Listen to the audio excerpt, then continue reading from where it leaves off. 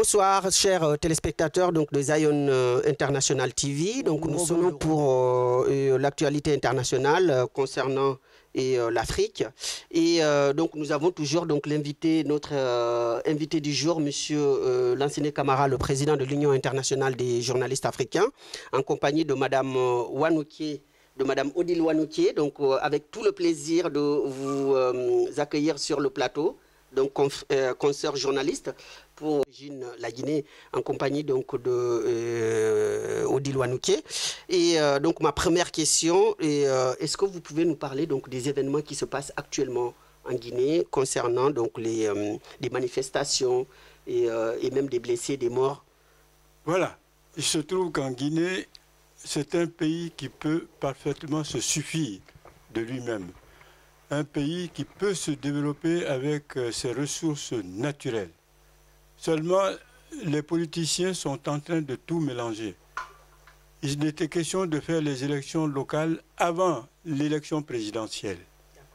Et comme il y a eu Ebola, le président de la République a trouvé mieux et il s'est dit, nous allons faire l'élection présidentielle au mois d'octobre 2015 et après, on fera les élections locales au mois de, disons, à peu près 2 ou 3 mois après, vers 2016. C'est ce que le président Alpha Condé a proposé à l'opposition. D'accord. Et l'opposition a refusé en disant, voilà, le président risque de tricher, il va essayer de se faire réélire dès, évidemment, le premier tour.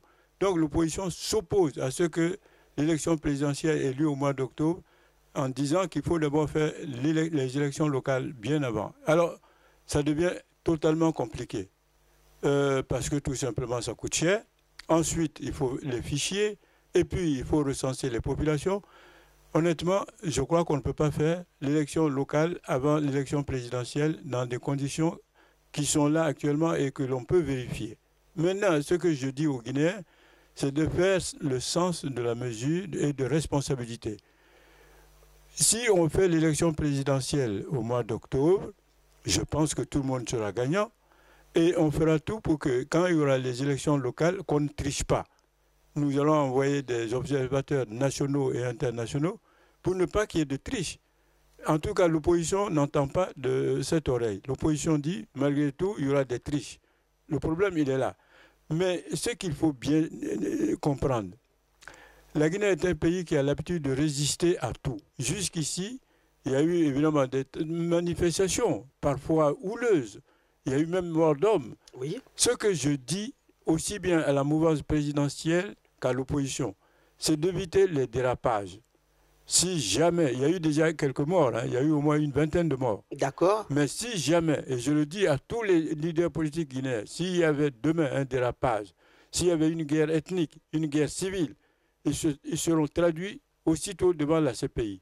Il faut éviter ce qui s'est passé dans certains pays, que cela arrive à la Guinée-Conakry. En tout cas, je les préviens, s'il y a dérapage, ils se retrouveront devant la Cour pénale internationale et je pense que ce n'est pas ce qu'ils souhaitent.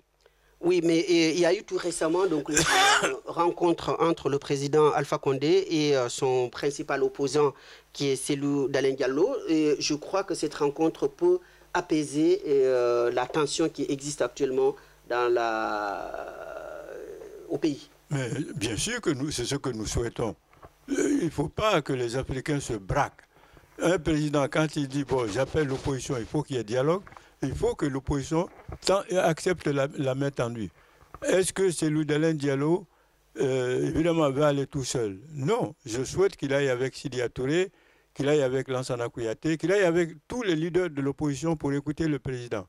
Maintenant, le président va dire, faites un effort, organisons la présidentielle au mois d'octobre 2015 et je vous donne la garantie que quand nous allons faire les élections locales, il n'y aura pas de tricherie. Parce qu'en fin de compte, c'est ce qu'ils craignent. Et puis pourquoi il faut faire l'élection présidentielle? Parce que si on ne le fait pas au mois d'octobre, le président Alpha Condé risque de devenir un président sans mandat, en quelque sorte. C'est-à-dire qu'à ce moment-là, la date normale constitutionnelle aura été terminée et dans ces conditions, il sera un président plus ou moins contestable, puisqu'on dira qu'il n'a pas été normalement réélu. Donc il faut éviter cet état de choses et faire les élections au mois d'octobre 2015 et puis, si c'est possible, les élections locales dans de très bonnes conditions. Maintenant, Quand l'opposition va aller voir le président de la République, eh bien, c'est à l'opposition de dire voilà ce que nous proposons pour que les choses aillent de mieux en mieux. Et le président dira voilà, je prends ça en compte et j'espère qu'il va prendre en compte les doléances de l'opposition. C'est ça la démocratie. Ce n'est pas en descendre tout le temps dans les rues et faire en sorte que des jeunes meurent. Il y a suffisamment de morts comme ça et je crois que le moment est venu d'éviter et j'appelle les leaders politiques guinéens à plus de responsabilité, plus de sang-froid, plus de mesures et naturellement qu'on aille vers des élections apaisées. Je le souhaite en tout cas pour mon pays.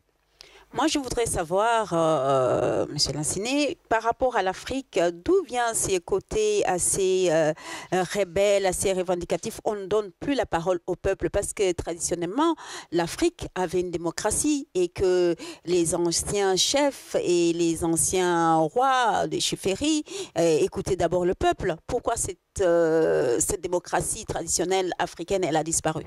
Très bonne question. L'Occident est venu effectivement avec, si vous voulez, sa démocratie.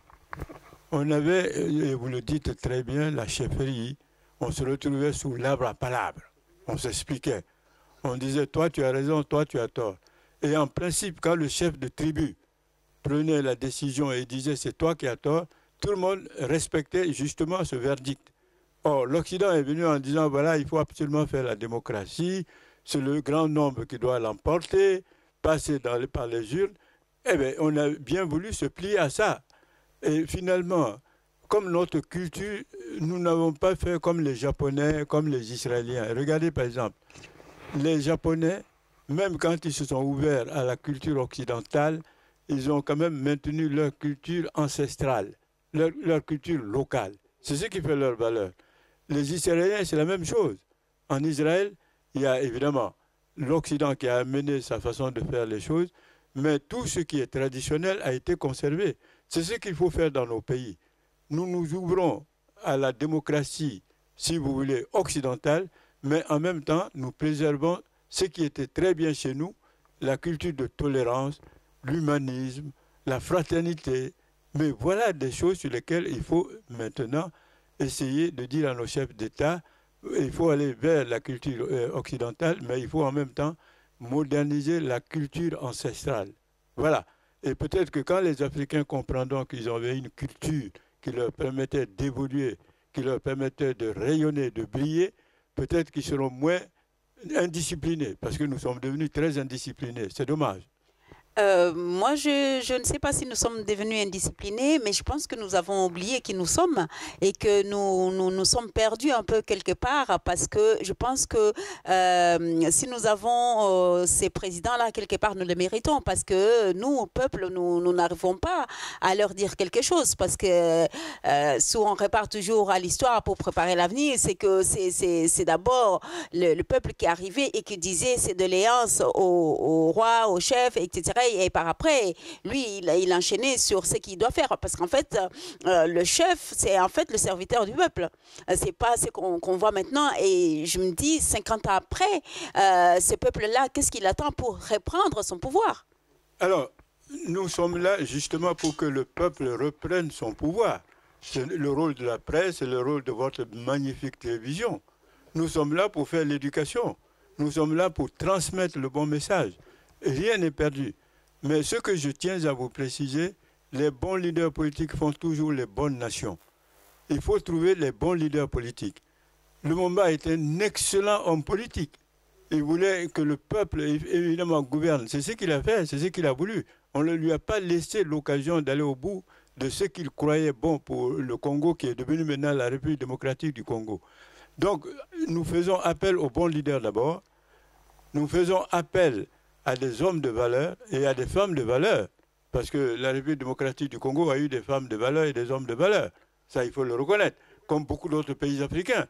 Donc, il faut faire appel à cela, à la place de ceux qui, finalement, ne font pas l'affaire, qui se laissent influencer par l'Occident, qui se laissent dicter les lois de l'Occident. Ça, c'est une erreur. Et c'est une erreur parce que, tout simplement, ce sont ce que j'appelle la corruption, le gain facile. Si demain, je vends mon pays aux puissances coloniales, moi, j'aurai beaucoup de voitures, j'aurai de très belles maisons, mais le peuple peut crever. C'est pourquoi il faut faire appel aux hommes de valeur, aux femmes de valeur, à une jeunesse de valeur. Et moi, je compte sur vous, mais surtout à des télévisions qui expliquent comme nous le faisons ici, maintenant, sur votre... Et maintenant, il faut absolument que cet argent revienne au peuple du Nigeria. Donc la démocratie est revenue et Buhari, je pense, est venu avec un programme. Le tout n'est pas d'être élu comme ça. Quand on est élu, on doit avoir un programme. Un programme d'abord économique. Comment faire pour que le pétrole du Nigeria permette au peuple nigérien d'avoir l'électricité 24 heures sur 24, ce qui n'est pas le cas. Oui. Le Naira. Il faudrait retaper le Naira. Le Naira, c'était une monnaie de singe, c'est-à-dire qu'on en fabriquait beaucoup et on distribuait n'importe comment, mais souvent à une minorité. Donc il faut revoir la parité du Naira, la monnaie du Nigeria. Mais en même temps, la sécurité. C'est l'un des pays où il y avait la criminalité galopante. Exact. C'est-à-dire que vous sortez quelques dollars, on vous regarde, et puis au coin de rue, on vous tape dessus, et puis on vous prend le pognon, et parfois on vous assassine. Donc il faut absolument que le pays devienne un pays où il y a la sécurité. C'est capital.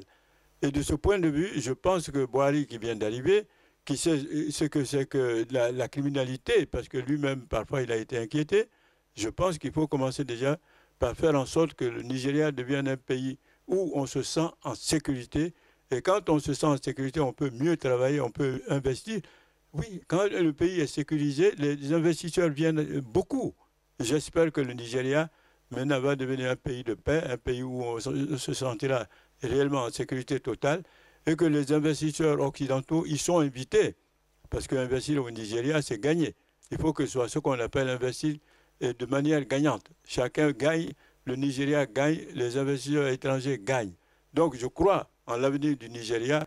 Je pense que c'est le nouveau départ et nous devons encourager ce nouveau départ. Oui, alors donc il a fait un très très beau geste, semble-t-il. Il a réuni tous les anciens présidents du Nigeria, donc de Gowon à Obasanjo, pour aller saluer donc celui qui l'a remplacé, Goodluck Jonathan. Je pense que c'est quand même rare en Afrique qu'un nouveau président vient nouvellement élu va saluer son prédécesseur. Eh bien, ma consoeur parlait tout à l'heure de la tradition africaine. Voilà une bonne tradition africaine. Le président nouvellement élu fait appel à tous les anciens présidents encore vivants en disant on va les saluer, l'homme qui a accepté la défaite, parce que si Jonathan avait dit non, je refuse de partir, il y a eu des tricheries, ça aurait été encore la guerre civile. Donc la tradition africaine, c'est ça aussi. C'est de dire, bon, vous avez gagné, je m'incline, et de manière élégante, je m'en vais. Et je crois que Buhari a très bien fait de réunir les anciens présidents pour aller saluer le nouvel élu. C'est un bel exemple. J'espère que Buhari, s'il fait 1 ou 2 mandats, fera la même chose, c'est-à-dire que celui qui va remplacer Buhari dira aux autres présidents, allons saluer, par exemple, celui qui a été élu. C'est ça la démocratie, c'est ça la tradition africaine. Et ça nous permet de nous faire confiance. Parce que jusqu'ici, l'Africain ne fait pas confiance en l'Africain. C'est très grave. Vous êtes l'une des rares télévisions où vous nous faites confiance, où vous faites venir tout le monde, tous les cadres. Merci beaucoup. Vous êtes ce que j'appelle une télévision panafricaniste mondiale. Merci. Je vous salue. Merci. Je pense que ce nouveau président fera aussi appel à la culture. C'est vrai que quand on regarde le Nigeria, même si il y a beaucoup de problèmes économiquement, au niveau de sécurité, etc., mais il y a une chose que moi je note en tant que femme de culture, c'est que le Nigeria, c'est les Bollywood africains. Il y a beaucoup de téléfilms, des DVD qui sortent sur les traditions, des films qui parlent sur la sorcellerie, des films qui parlent de l'église, etc., etc. Je pense que là aussi, nos présidents, ou en tout cas nos dirigeants, doivent se pencher sur la première richesse que nous avons, la culture. Ah, je suis d'accord avec vous, à condition que ce soit quelque chose d'éducatif. La sorcellerie, par exemple, quand j'étais jeune, je voyais qu'il y avait de bons et de mauvais sorciers dans les villages. Oui.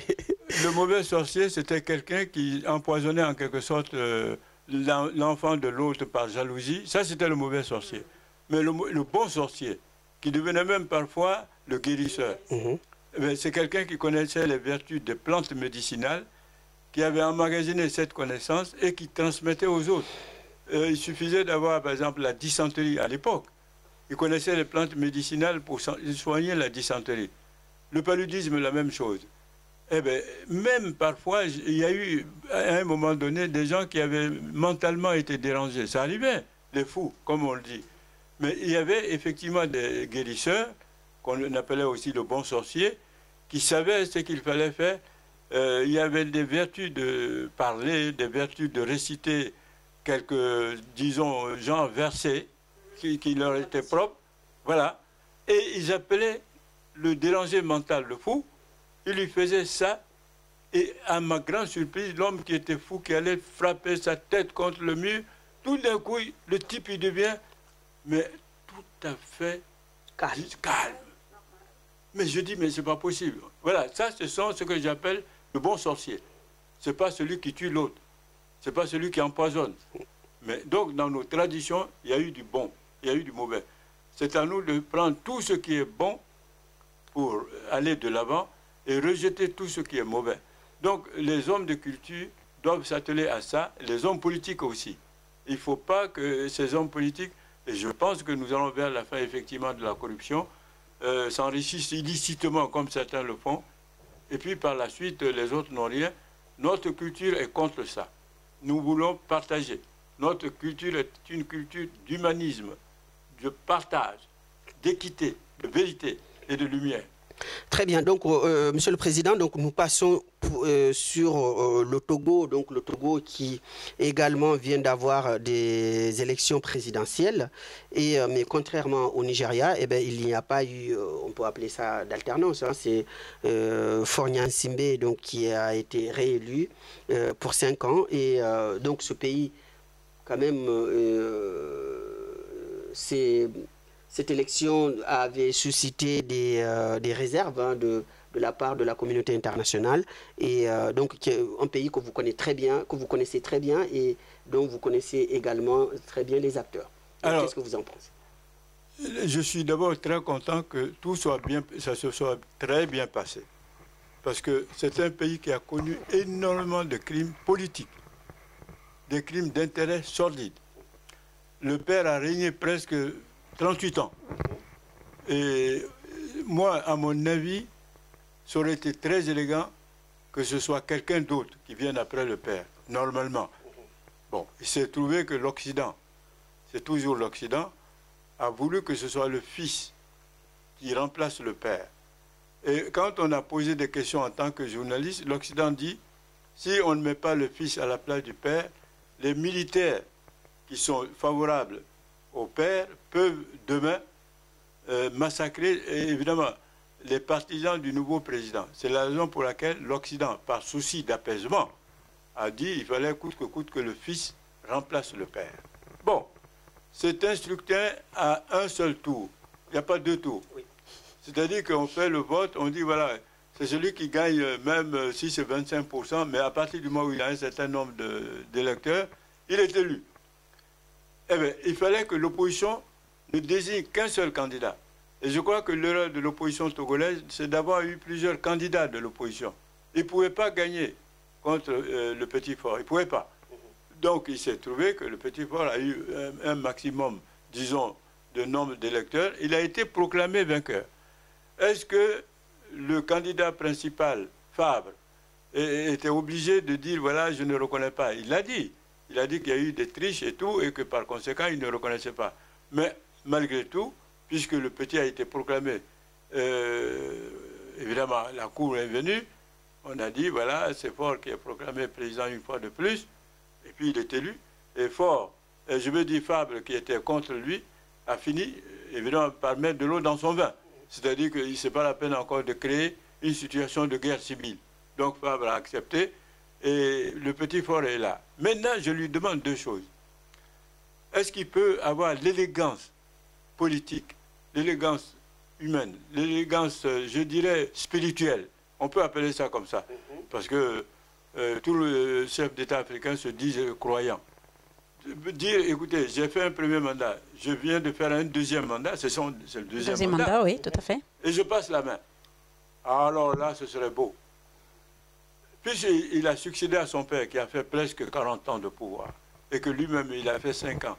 Il va faire 5 autres années, ça va faire presque 50 ans de pouvoir.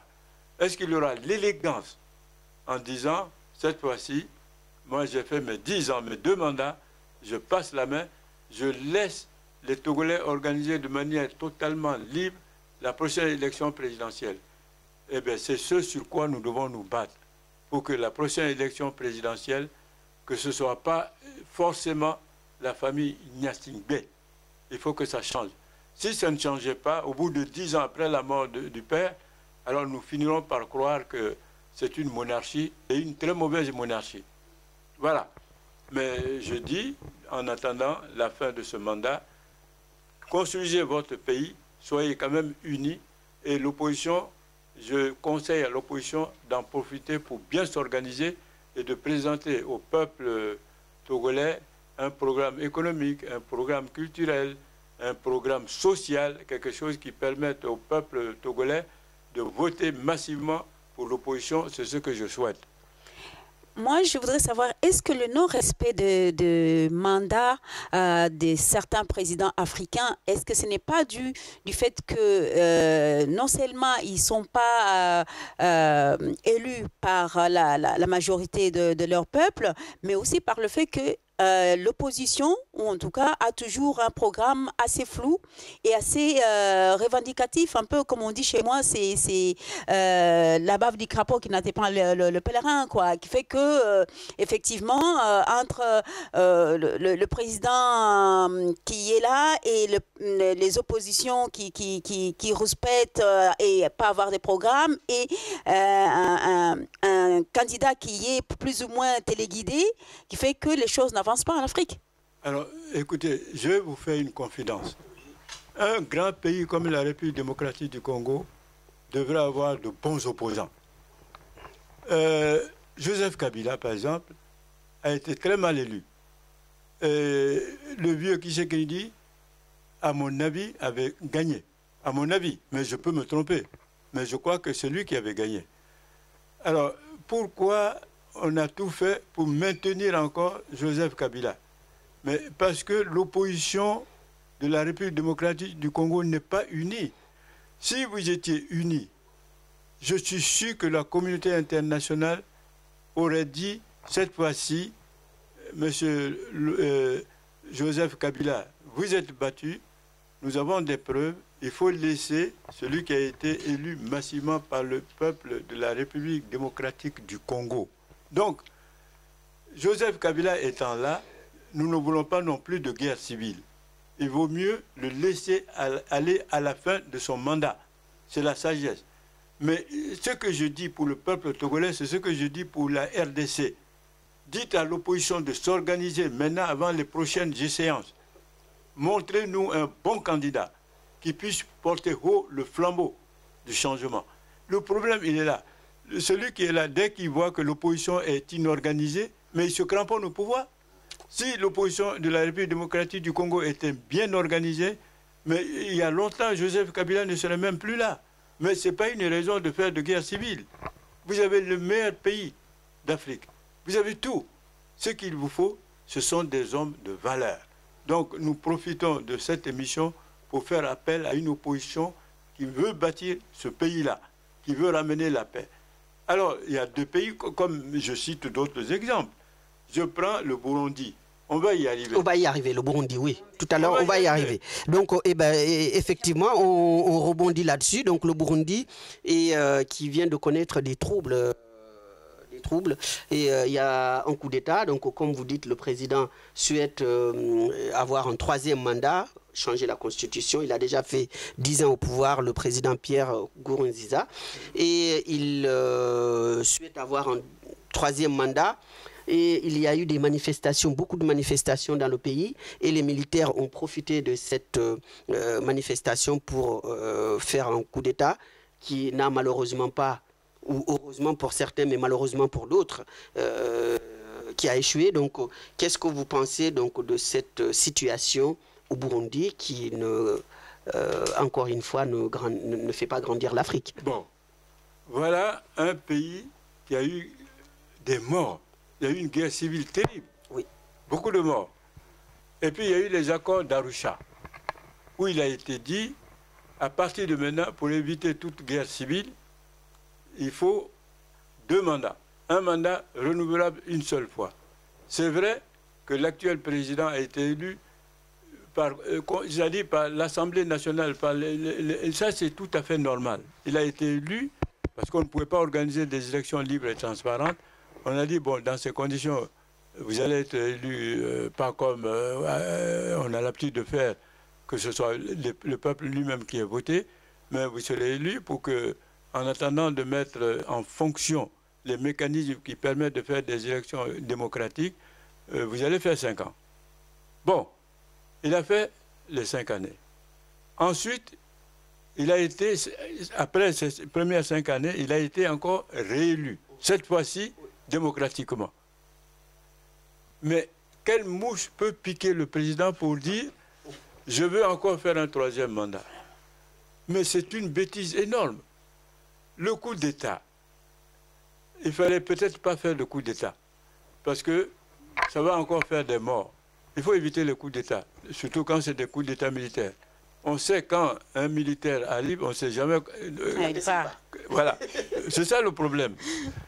Il fallait effectivement continuer à manifester et lui dire, bon, on vous laisse aller au bout de votre mandat, mais nous ne voulons pas que vous fassiez ce 3e mandat. Et c'est là où nous en sommes actuellement. Nous voulons qu'il aille à la fin de son mandat, qu'il y ait des élections libres et transparentes, mais qu'il accepte de partir. Il ne peut pas faire un autre mandat. S'il fait un autre mandat, ça va finir très mal. Ça va laisser des cicatrices. Déjà, vous voyez qu'il y a beaucoup de morts. Personne ne veut, à part ses propres partisans, les militaires. Mais honnêtement, personne ne veut aujourd'hui que ce président fasse ce 3e mandat. Donc, c'est une fois de plus un appel apaisé qu'on lui adresse. Il a fait 10 ans. Qu'est-ce qu'il veut de plus? Et en plus, on lui dit de partir, il aura les honneurs des anciens présidents. Il aura sa pension. Il ne sera pas inquiété. Mais qu'est-ce qu'il veut de plus? Non, là, je pense que ceux qui lui conseillent, par intérêt cupide, parce que quand un chef d'État se cramponne comme ça au pouvoir, il y a l'entourage immédiat. Mais c'est comme le cas de Joseph Kabila. Il y a des moments où Joseph Kabila veut partir. Il dit, je suis jeune, bon, peut-être qu'on peut me tuer si je continue à rester à la présidence. Mais l'entourage dit, non, il y a les diamants, il y a le pétrole, il y a le bois. Donc le monsieur, parfois on lui dit, si tu t'en vas, c'est nous qui allons nous occuper de votre cas. Bon, il faut que l'actuel président du Burundi ne se laisse pas prendre à ce jeu. Il dit, voilà, j'ai fait mes 10 années, il est tout à fait normal que je quitte la tête haute pour le bonheur du peuple et sans guerre civile. Sinon, il peut lui aussi se retrouver devant la Cour pénale internationale s'il y avait guerre civile. Mais ce que je ne comprends pas, est-ce que ces présidents ne veulent pas quitter peut-être parce que c'est la peur que l'entourage immédiat qui craint, parce que dans l'imaginaire ou le concept, le complexe de l'Africain moyen, c'est jamais leur président qui dirige, il est toujours téléguidé par l'Occident, par l'Amérique, par les autres continents, et qu'ils ont peur que s'il s'en va et les autres vont venir faire la guerre quelque part. Non, on va essayer de... Parce qu'ils ne fabriquent même pas, la plupart des pays africains n'ont même pas des industries pour fabriquer, excusez-moi, j'ai caricature peut-être, des allumettes, mais on voit des opposants avec des armes, on voit toutes ces armes-là, alors je ne comprends pas. Mais vous avez parfaitement raison, les armes là, on les envoie pour qu'on s'entretue. Pendant qu'on s'entretue, les autres viennent prendre nos matières premières. C'est donc une sorte de complot invisible. Et il ne faut pas non plus que nos dirigeants tombent dans ces travers-là. Parce qu'aussi longtemps que nous nous ferons la guerre, on ne peut pas bâtir nos États. Donc il faut que la culture de paix, la culture de tolérance, la culture de confiance, il faut se faire confiance. Et de ce point de vue, si le président du Burundi actuellement accepte de partir, on lui garantit la sécurité, on lui garantit sa pension, il pourra partir et on ne lui fera rien.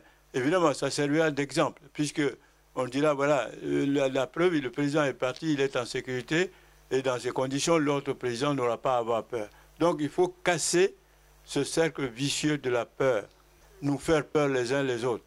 J'espère que nous allons aller vers la fin de ce cercle vicieux et inacceptable. Nous allons de plus en plus nous faire confiance et surtout, nous allons apprendre à être disciplinés. Nous sommes très indisciplinés. C'est-à-dire que l'Africain, dès qu'il a un fusil, au lieu d'argumenter et de dire « Ah non, je n'ai pas le droit de tirer sur mon compatriote », il pense qu'il suffit de tirer sur son compatriote. Et puis, il tire sur son compatriote. Lui-même, il n'est pas gagnant après, puisqu'il peut se retrouver en prison. Mais en même temps, il crée une telle peur que le pays n'est pas construit. Le peu qu'on a, on casse tout. Donc, il faut absolument qu'il y ait de la discipline. Il faut qu'il y ait ce que j'appelle aussi de la rigueur. Et il faut que des dirigeants créent ce climat-là. Donc, on dit que les bons dirigeants politiques africains font de bons pays. Le Ghana, à un moment donné, est passé par des turbulences. Mais aujourd'hui, avec des hommes de valeur, le Ghana est devenu un pays fréquentable. Les investisseurs y viennent tout le temps. C'est ce que je souhaite en République démocratique du Congo, la confiance, les hommes de valeur, le départ en beauté de Joseph Kabila, lui donner évidemment la garantie que s'il acceptait de partir à la fin de son mandat, on ne lui fera pas de mal. Je pense qu'il faut qu'on en arrive là. Il faut leur garantir une certaine sécurité et nous faire confiance une fois de plus. Et c'est pourquoi je dis une fois de plus que votre télévision, en faisant venir les Africains, mais sans pour autant fermer la porte aux Américains, aux Anglais, aux Chinois, aux Européens. Votre télévision est une télévision panafricaniste et mondiale. Et là-dessus, nous devrions prendre exemple sur ce que vous faites. Donc, nous sommes de retour pour l'actualité africaine en compagnie donc du monsieur Fousseynou Makalou, donc qui est ressortissant de Ségou, 4e région du Mali, donc pour parler des événements à venir sur le Mali. Donc nous vous signalons également donc de l'absence de William Etoutou qui est souffrant et qui n'est pas parmi nous aujourd'hui. Nous lui souhaitons un très très bon rétablissement pour les jours à venir. Alors donc merci d'avoir accepté notre invitation, monsieur Makalou. Et monsieur Makalou, donc il y a des événements sur le Mali qui doivent se dérouler ce mois-ci. Donc vous pouvez nous en parler? Oui, bonjour d'abord le téléspectateur, téléspectatrice. Et je suis très content d'être reçu dans votre studio. Merci. Pour pouvoir exprimer les projets futurs que nous avons eu à mettre en place. D'accord. Cette idée est venue de Mademoiselle Camara Damba. D'accord. Qui est une femme courageuse, battante. Oui. Qui a eu à mettre en place pour sa région. D'accord. De naissance. Oui. Ségou qui est la 4e région du Mali. Oui. Et dont l'histoire ne le cache à personne. Et il y a une concertation régionale. D'accord. Donc je disais que ce projet qui a été mis en place par mademoiselle Damba Camara, concernant le développement de sa région de naissance, Ségou, la 4e région, qui concerne tous les ressortissants de cette région, à s'unir et puis à développer les villes, les quartiers. D'accord. Donc au Ségou, c'est comme vous dites, c'est la 4e région donc du Mali. Oui. Et donc les événements auront lieu où? Les événements auront lieu au Mali ou en France? Ces événements auront lieu à Seine-Saint-Denis. D'accord. Donc c'est une salle qui est située au 10 quai de la Seine. D'accord. Dans le 93-200 Seine-Saint-Denis. D'accord. Qui n'est pas caché à tout le monde. Et ce jour, il va avoir la présence d'une grande candidatrice malienne qui est Babani Koné, qu'on appelle Sirani. Ensuite, il y a des élus qui sont là. D'accord. Il y a le gouverneur de Ségou. D'accord. Et les députés. Et tous ceux qui sont élus par les Ségouviens pour pouvoir faire... Donc, parler de la région. Donc, c'est un événement qui est accessible à tout le monde. Alors, tout le monde y est invité. Tout le monde y est invité. Même si on n'est pas de Ségou. Même si on n'est pas de Ségou, tout le monde y est invité. Et toutes toutes les bonnes idées sont les bienvenues. D'accord. Donc, voilà, allez-y pour la date, oui, dites-nous. La date, c'est le 30. Oui. 5e mois. D'accord, le 30 mai, oui. Oui, le 30 mai. D'accord. Voilà. D'accord. Donc, l'heure également, donc à quelle heure? La conférence de débat aura lieu de 10h à 19h. De 10h à 19h. Oui. Très bien. Donc, rappelons aussi que vous êtes franco-sénégalais et franco-malien. Oui. Et donc, vous êtes venu en France pour le service national, le service militaire. Oui. Vous êtes un officier de réserve. Oui. Et donc, vous êtes certainement, vous vous intéressez certainement aussi à la politique du Mali, de votre pays. Et donc, quelle est votre opinion sur ce qui se passe en ce moment au Mali pour les accords de paix?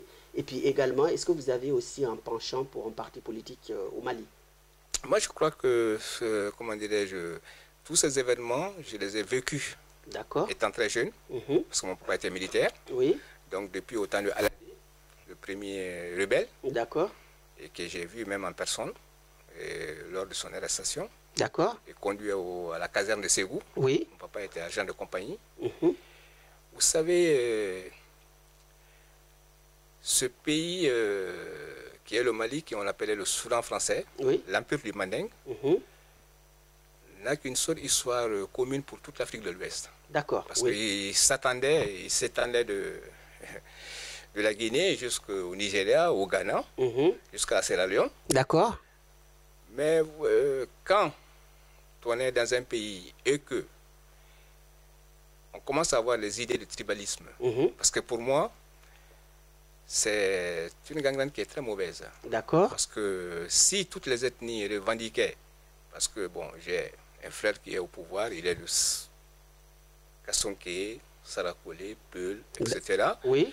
Je veux le pouvoir, donner le pouvoir à ces gens-là, parce que pour moi, je dirais que ça deviendrait un pouvoir patriarcal. D'accord. Et bon, pourquoi le Mali est aujourd'hui dans cette phase? Parce que pour moi, il faut qu'il y ait une concertation entre les peuples maliens, pourquoi pas un référendum. D'accord. Ça, c'est les élus maliens.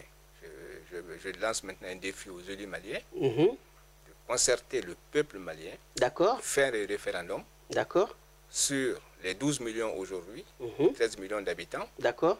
Êtes-vous pour l'indépendance du nord du Mali? Oui. Ou pas? Ou contre?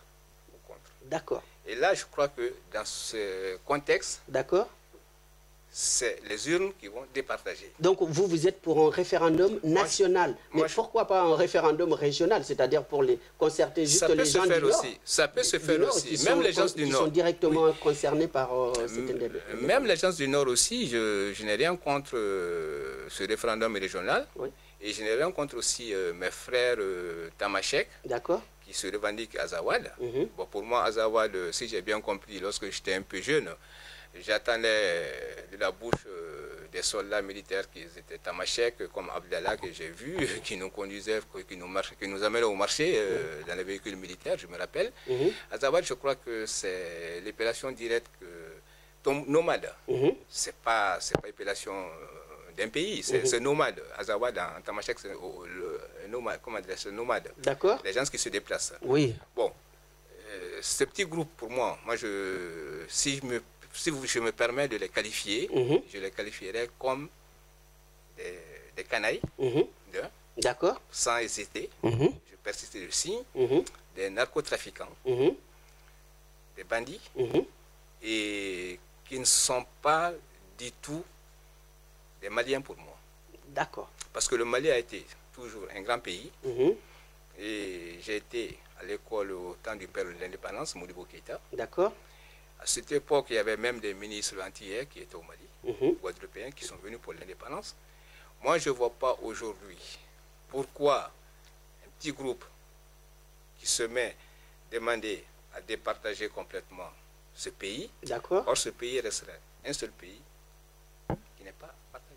D'accord. Et donc, concernant votre position politique, par exemple, sur place, et il y a beaucoup de partis politiques au Mali, est-ce que vous avez un penchant pour un des partis politiques?